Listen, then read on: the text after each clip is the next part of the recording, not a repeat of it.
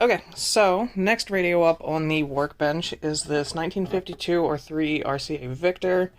It is a model 3X521. I did bring this up before, but we're going to test it out again real quick just to make sure everything's working. So, isovac plugged in, isolated, power on, and we're going to bring it up to about 30 to start. Radio is on. Okay.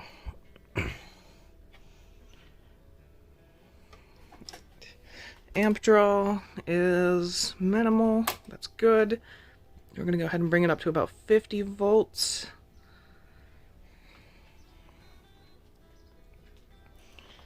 Shouldn't be getting anything out of it yet. Where are we at? Okay, looking good. Let's take it up to 70.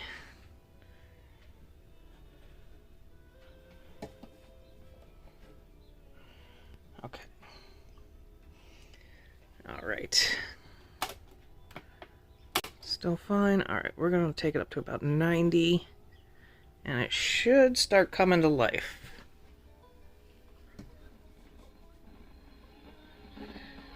Yep, there we go. For all those New Year's resolutions.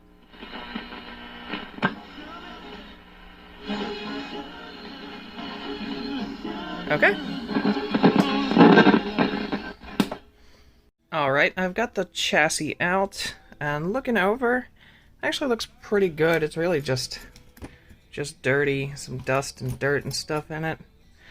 Underneath is very clean, very nice. Just a couple of capacitors. Should be quick and easy fix.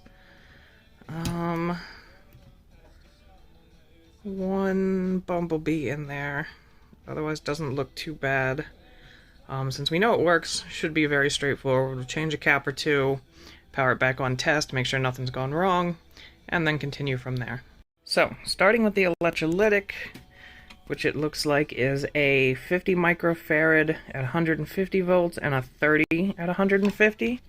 So to replace that, I've got a 33 at 160 and a 47 at 160.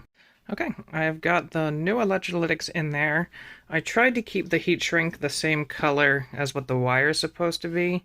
Because if you look at this, red, which I guess that used to be red, and green go into the appropriate ones there. So red, green, black for common ground. Let's plug it in and power it up and give it another test just to make sure. Okay, so we've got the RCA plugged back into the isovac.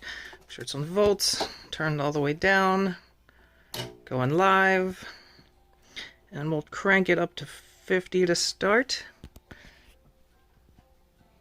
Don't hear any sizzles or pops or shorts, that's always good. As a reminder, working on radios deals with potentially dangerous levels of electricity, so do not do this at home. We're going to take it up to 90 because it should be good. Oh, it helps to turn the radio on. And should be coming up in a second. Yep, I see tube glowing.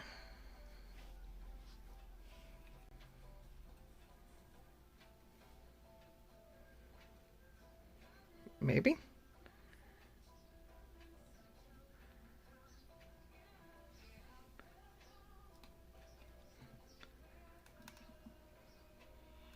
There it goes. With Progressive, renters can save on protection for the things that...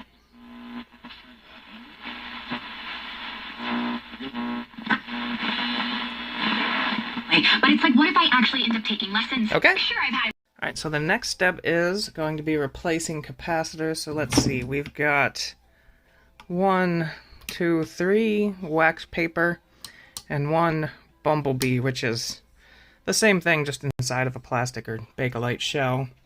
There is 1 mica capacitor. That might be a pack of capacitors in there, but we shouldn't have to touch either of those. Those don't tend to go bad nearly as easy as the wax ones do. So, alright, an update. I'm nearly finished the recap. I'm on the last capacitor, replacing that bumblebee, and... come on, focus. There we go, yep. That resistor. I wiggled it just a little bit and it just split apart. So let me see what I have on hand to replace that. Okay, I found a replacement resistor. Looks like that's gonna work. Took a little bit longer to come up, but fresh caps, who knows. Maybe just had to warm up a lot. Cool, looking good. Gonna finish up and replace that resistor. Okay, so there it is after the recap and the new resistor. Volume knob is a little scratchy, so I'm gonna have to clean that. I'm gonna oil the tuning condenser here and clean off all the dirt from the top of the chassis. Then it'll be time to clean the cabinet. Okay, I have the cabinet and knobs out here drying. I just cleaned them off with some dish soap, toothbrush, cotton swabs, and rinsed it all with water, waiting for it to dry. So here it is, all cleaned up. I polished the cabinet with, actually used some of the wax and feed, and it seems to have worked great. It looks good. Chassis is as clean as it's going to get. I ended up using my hair dryer to dry it a little bit quicker. Everything is looking good and getting ready to go back together. Got it all back in the cabinet. Let's turn it on and give a listen.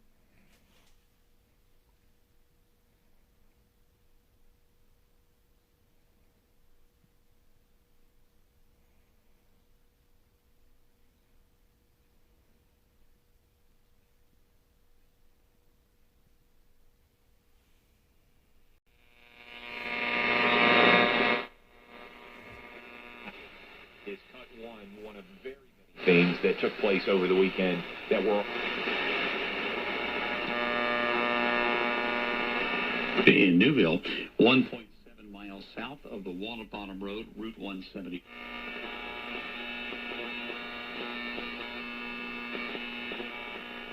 A little, laugh a lot, bid more fundraiser this Saturday, May 17th from 3 to 7 at the winery at Hunter's Run in Liverpool. Enjoy wine tasting, a silent auction, and a performance by comedian Seth Knorr. Tickets are $45 and support Perry County neighbors in need.